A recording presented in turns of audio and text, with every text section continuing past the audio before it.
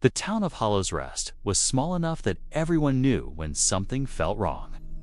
That October, it wasn't the wind, or the whispering trees, or the hollow church bell that bothered people. It was the moon. For as long as anyone remembered, Halloween night in Hollows Rest had one tradition: the Harvest Watch. At exactly 11:59 p.m., every light in town went out. People gathered at the old church hill to watch the moon rise over the valley. A golden nipstick. A golden nipstick. But this year, the mayor ordered something new. No one leaves their homes past 11, he announced through trembling lips. The moon will rise. But no gathering this year. No one asked why. No one wanted to. In the quiet of her attic room, Clara Maddox, 17, watched her friend's messages light up her phone. Jace, still down for tonight? Liam, you bet. One last Halloween before college. Clara, you guys are insane. There's a curfew, Jace. Since when do you follow rules? She smirked. He had a point. Every year since she could walk, Clara had gone up to the church hill with her mother. But her mom had died 2 years ago, right after last Halloween. She'd been found at the edge of the woods, face pale, hands red as blood. The police said it was exposure. Clara knew it wasn't. So, when Jace texted the plan, sneak out at midnight and see the moon rise one more time, she didn't say no. At 11:45, the town went dark. Streetlights blinked off one by one. Houses shuttered their windows, and the old church bell tolled a single mournful note. Clara slipped out the back door, her flashlight tucked into her jacket. The air smelled like burnt leaves and cold metal. Every step she took seemed too loud. She met Jace and Liam at the crossroads near the cemetery gate. Both wore grins that didn't match the fear in their eyes. "You brought the camera?" Jace asked. "Yeah," Clara said. "Let's make this worth it." They climbed the dirt trail up the hill, the town falling silent behind them. The only sound was the wind and the crunch of dry grass beneath their feet. Halfway up, Liam froze. "Do you hear that?" A whisper, faint, low, like a voice carried by the breeze. "Turn back." Clara shone her flashlight toward the trees. "Nothing, just shadows." "It's the wind," she said. But she didn't believe it. They reached the top just before midnight.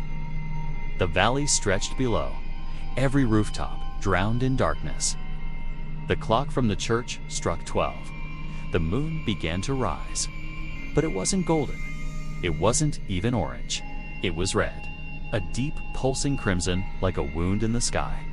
Clara lifted her phone to record, but the screen flickered, static crawling across the lens. "What the hell?" Liam whispered. Then the ground trembled.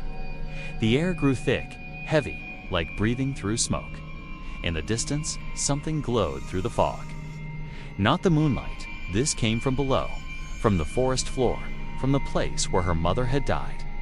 "It's coming from under the hill," Clara said. The earth shuddered again, a low rumble, like something breathing, and then they heard it. A voice, many voices, whispering in unison. "The moon is ours now." Jace stumbled backward. "We need to go. Now." But as they turned, Clara saw something moving through the trees. Pale figures, hundreds of them, walking in silence toward the hill. Their faces were blank. Their eyes reflected red. Clara's flashlight flickered out. The moon burned brighter. And in that moment, she understood. This wasn't the first time the moon had turned red. It was just the first time anyone had lived long enough to see it. By the time Clara and the boys stumbled down the hill, the moon was a burning scar over Hollows Rest. The red glow made the town look drowned in blood. Every window was black, every door locked tight. "We need to wake someone up," Liam panted. "Forget that," Jace snapped. "Did you see them? Those people, whatever they weren't alive." Clara didn't answer. She could still hear the whispers echoing in her skull. "The moon is ours now." When they reached Main Street, the silence hit harder than any scream. car stood abandoned mid-road, doors open, keys still in ignitions. A half-eaten sandwich sat on a cafe table as if the owner had just vanished. "Where is everyone?" Jace muttered. That's when they saw her. A woman in a nightgown stood under the street lamp, eyes empty, face turned to the red sky.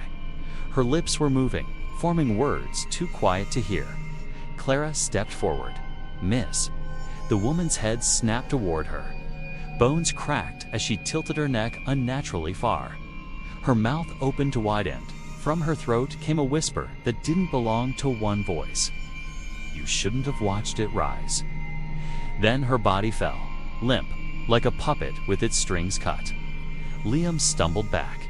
"We're going to die." "We're actually going to die." "Shut up," Clara hissed. "We need to think." Her mother's voice echoed in her memory, something she used to say when Clara was a kid watching the harvest watch. "Never look at the red moon too long. Clara, it sees you back." They ran to the old library, one of the only buildings still unlocked. Inside, the air smelled of dust and rot. Clara found a candle and lit it. The flame trembled, barely alive. On a table lay a dusty book titled The Lunar Curse of Hollow's Rest. Jace frowned. "That looks fake." Clara ignored him and flipped through the pages. Her candlelight caught drawings of a blood moon, people kneeling before it, and Latin words scrawled in red ink. "It says the town was founded on sacred ground," she whispered. "A pact made with something called Lunoris." "A pact?" Liam asked. "Like demons." "Not demons," Clara said, tracing the words with her finger. "Something older. They promised protection and prosperity. But every 100 years, they had to feed the moon." "Feed it what? Us?" The room went silent. The candle flickered. Something dragged across the pavement. Scratch, scratch. Jace peeked through the dusty window. "Oh God, they're here." Figures filled the street again. Men, women, even children's faces upturned to the crimson sky. Their shadows stretched unnaturally long, twisting across walls like reaching hands. "There's nowhere to go," Liam whispered. Clara shut the book. "Yes, there is." "Where?" "The church."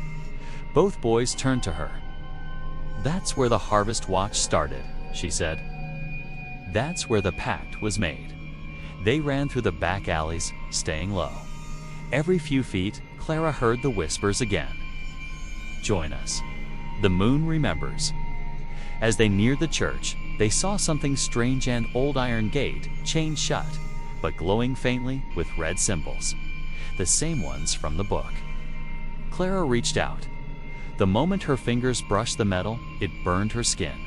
"It's sealed," she hissed. "We can break it," Jay said, lifting a pipe. He swung hard. The chain snapped, tanned the air itself screamed.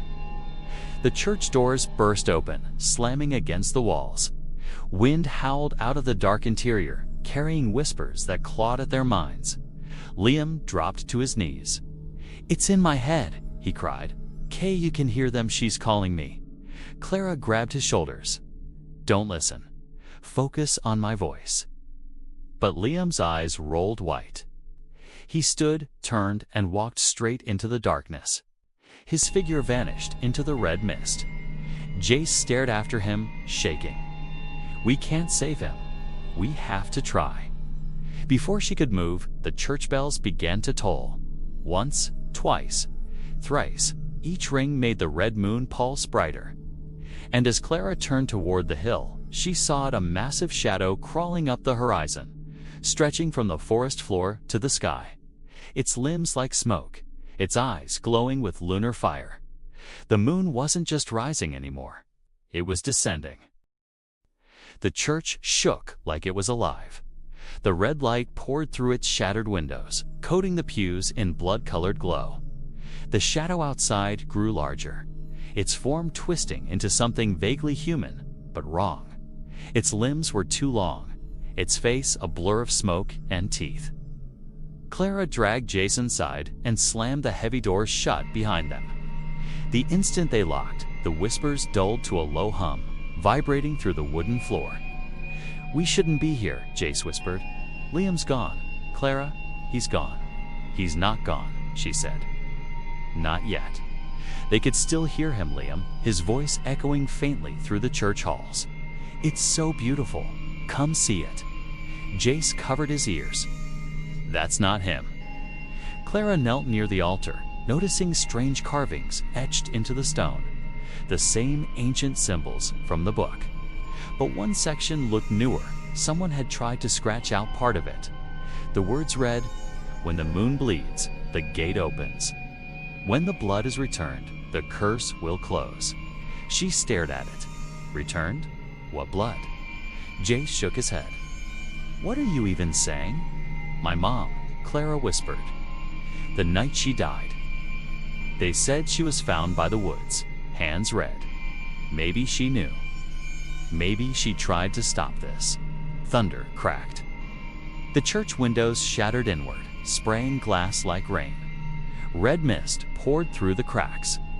The thing outside was close now, its shadow crawling across the walls, fingers sliding through the cracks like smoke, searching for prey. Jace grabbed a broken cross from the altar. "If it comes in, we run." Clara smiled weakly. "Run where?" They crept deeper into the church basement, where the old catacombs lay. The air was cold and wet. Candles still burned down there, as if someone had lit them recently. They followed the flickering light until they reached an ancient wooden door. On it, painted in dried black blood, were the words, "Do not wake her." Clara touched the door. Before Jace could stop her, she pushed it open. Inside was a small chamber, circular, stone walls covered in hundreds of symbols. In the center lay a figure wrapped in white cloth. A woman, pale still. Clara stepped closer, her throat dry. "It's her.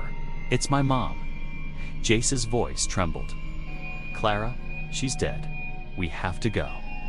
But her mother's eyes snapped open. They glowed red. "Clara," she whispered, voice cracked and hollow. "You shouldn't have come." Clara stumbled back. "Mom, how are you?" "The moon remembers its promises," her mother said, "and it remembers who broke them." The ceiling groaned above them. Dust fell as the whispers outside grew deafening. "You can still end it," her mother said. "Return the blood. Seal the gate." "How?" Clara begged. "You must bleed where the pact began, on the hill, before the moon sets." Her mother's body convulsed. The cloth around her burst into ash. Her scream wasn't human, was ancient, tearing through the air like the voice of the moon itself. The ground split open. Clara grabbed Jace's arm and ran. Behind them, the chamber collapsed, swallowing the tomb in darkness. They burst through the church doors and into the open street. The entire town was burning red. Houses melting like wax, streets warping into rivers of black liquid. And above it all, the moon was descending. It hung just over the church steeple, pulsing like a living heart. From its center, a massive claw of light reached down, dragging the shadow creature closer to the earth. Jace gasped. "What do we do now?" Clara clutched the cut on her burned hand where the gate had seared her skin earlier. Blood dripped onto the dirt, and the ground hissed, the symbols from the old pact glowing faintly again. "We finish what she started," Clara said. "We give it what it wants, and then we send it back." The shadow turned, its face forming from smoke, 1,000 mouths whispering her name. Clara. She took a deep breath and started walking toward the hill. As they climbed, the wind grew colder, sharper. Each step made the earth's pulse beneath them. The shadow followed, crawling like a living storm. At the top, the altar stone waited, the same one from the harvest watch. Cracked, blackened, but still humming with energy. Clara looked at Jace. "If I don't make it, don't say that. Just promise me you'll run." She stepped up to the altar, raised her hand, and drove the blade from the broken cross into her palm. Her blood hit the stone. The hill roared. The shadow screamed. The moon's red light shattered like glass across the sky. And then silence. The shadow froze mid-reach. The light dimmed. The moon turned pale once more. Jace looked around, shaking. We did it work.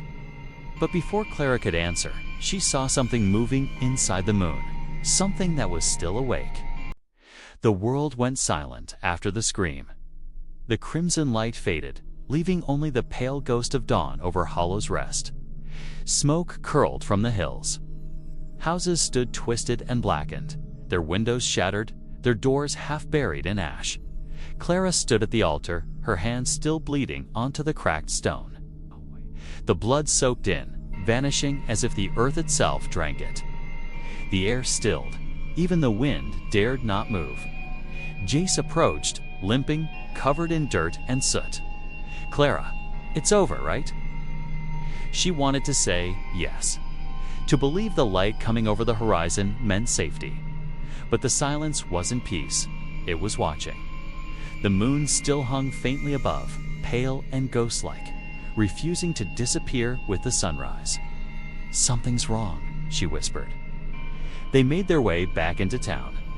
The streets were empty again, but not like before. This emptiness felt dead. The people who had been standing under the moon were gone. Only their clothes remained scattered like shadows peeled off the earth. Jace knelt beside a jacket. Where did they go? Clara didn't answer. Her gaze fell on the church in the distance. Its bell tower was bent, the cross half melted, but from within, a faint light flickered candlelight. They stepped inside. The pews were overturned, the altar broken. But someone was kneeling there. An old man, the priest. Father Holbrook. Father, Clara said, voice trembling. You're alive. He looked up, his eyes dull, his face gray. Alive, he said softly. That depends on what you call living. What happened to everyone? Jace asked.